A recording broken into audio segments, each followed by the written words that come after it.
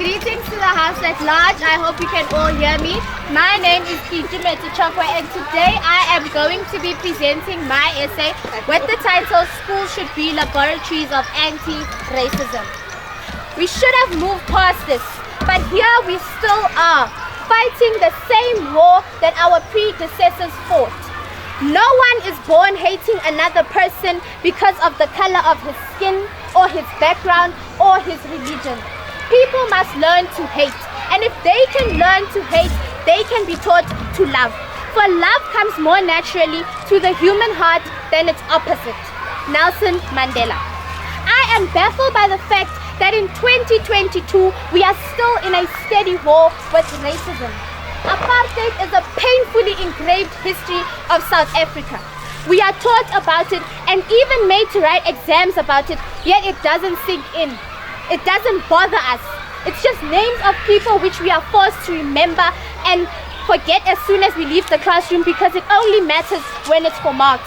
Yes, we are taught about the history of South Africa and the heroic names like Nelson Mandela, Steve Biko, Helen Suzman, Oliver Tambo, Albertina Sisulu, Walter Sisulu, Ruth First, David Webster, Robert Sobukwe, Joe Slovo, Winnie Mandela, Desmond Tutu, Frederick William de Klerk, Ahmed Kathrada, Mahatma Gandhi, Chris Hani, and Helen Joseph, all who gave us the upper hand in the never-ending war against racism.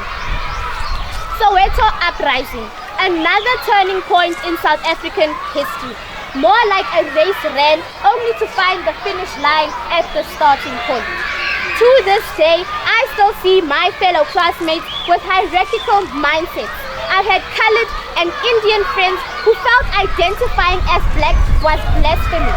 I've seen my fellow black classmates find it hard to voice out their opinions in Afrikaans class without being called out for pronouncing words incorrectly. You know, you should hear her Afrikaans speech.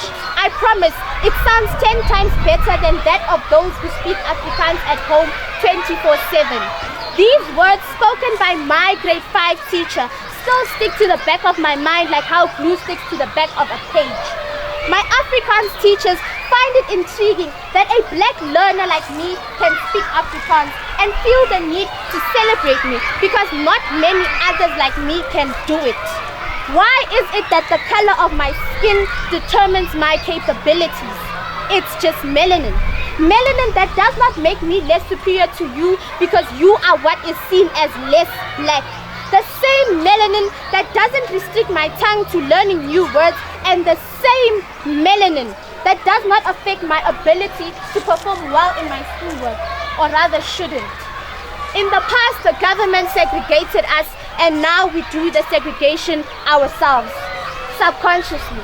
As soon as you are able to spell your name letter for letter, you are able to tell what makes you different from others. But why are my differences so significant? So significant that a child as young as 6 years old can tell? I'll tell you why. It's because these same differences are being diminished as frequent as my alarm clock ringing in the morning. Yes, diminished in the very same classrooms that we are taught to overcome stereotypes and prejudice. Now, what do I mean by that? If I wasn't asked to raise my hand to tell my teacher how many languages I spoke, I would have not noticed. If I wasn't asked to raise my hand if I was black, I would have not noticed. I would have not noticed that the person next to me was different. It would have not mattered that 2 of my friends were colored and I was the only black one.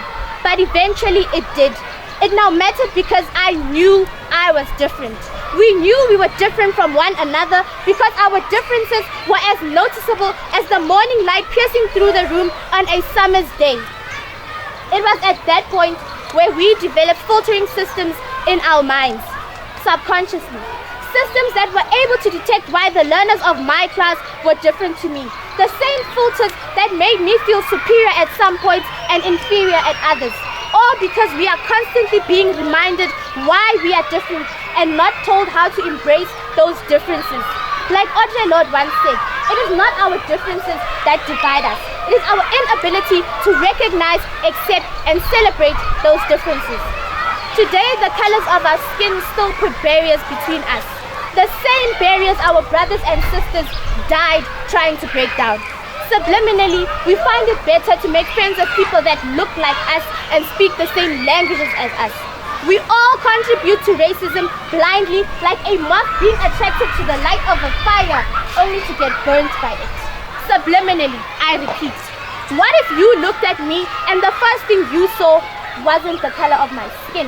What if I wasn't condemned for knowing how to speak 4 of the official South African languages, but rather commended for it?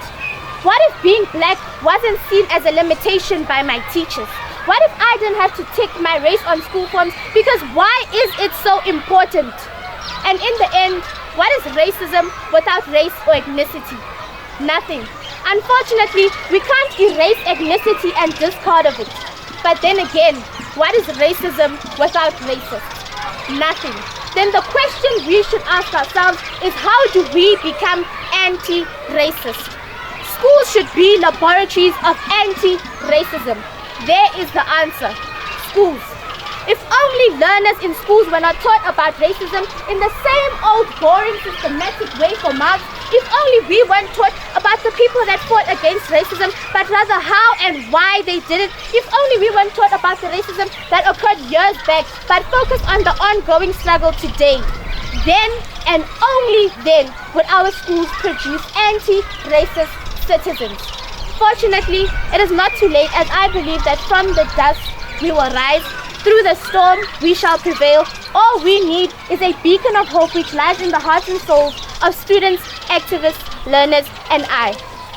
All we need to do is become the light we want to see in the world.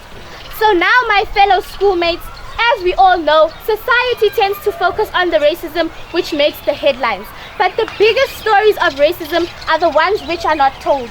This is why I am encouraging you to enter into the essay writing competition to share your stories and help others learn from it.